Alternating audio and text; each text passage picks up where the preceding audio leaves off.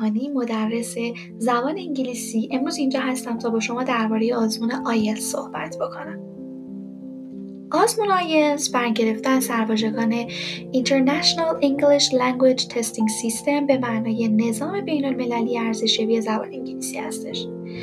این آزمون یکی از معتبرترین آزمون‌های زبان انگلیسی در حال حاضر هست که در سراسر دنیا برگزار میشه. آیلتس در واقع یک آزمون بریتانیایی هستش و تافل آزمون آمریکایی.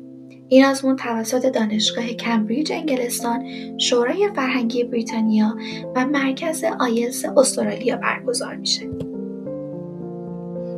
نمره بندی این آزمون از 0 تا 9 هستش و برای مثال اگر شما نمره 5 رو بگیرید، این به این معنی هستش که شما از سطح زبانی متوسطی برخوردار هستید و نمره 6 به بالا نمره خوبی تلقی میشه. شاید براتون جالب باشه که بدونید دانشگاه کمبریج، آکسفورد و هاروارد آیلتس با حداقل نمره 7 رو میپذیرند. آزمون آیلتس 4 تا مهارت شما رو میسنجه: شنیداری، listening، خواندن، reading، writing، نوشتن و مکالمه‌ای که به اون speaking گفته میشه. در بین قسمت‌های مختلف امتحان وقتی برای استراحت وجود نداره و کل آزمون دارای 2 گونه آکادمیک و جنرال هست که گونه آکادمیک برای ورود به دانشگاه‌ها مورد نیازه. بخش‌های مختلف آزمون از نظر زمانبندی در هر دو ماژول آکادمیک و جنرال یکسان هستش. برای مثال شما 60 دقیقه زمان برای ریدینگ، 60 دقیقه برای رایتینگ، 30 دقیقه برای لیسنینگ و بین 11 الی 14 دقیقه برای اسپیکینگ دارید. در روز امتحان ابتدا به سوالات لیسنینگ، سپس به سوالات ریدینگ و بعد به سوالات رایتینگ پاسخ خواهید داد.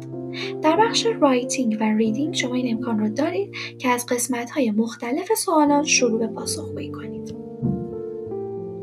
امتحان آیلتس در 2 نوع اکادمیک و جنرال ترینینگ برگزار میشه. آزمون آکادمیک یا همون اکادمیک مخصوص کسانی هستش که میخوان در یک دانشگاه انگلیسی زبان ادامه تحصیل بدن، اما آزمون جنرال یا همون جنرال ترینینگ مخصوص کسانی هستش که میخوان به یک کشور انگلیسی زبان مثل کانادا، استرالیا و یا نیوزلند مهاجرت کنن. همونطور که گفتم در امتحان آیلتس 4 تا مهارت شما از speaking، writing، reading و listening جداگانه سنجیده میشه. بخش های listening و speaking برای داوطلبان اکادمیک و جنرال ترینینگ به روش کاملا مشابهی مورد ارزیابی قرار میگیره. هر یک از این دو گروه سوالات جداگانه ای رو در قسمت reading و writing دریافت میکنن.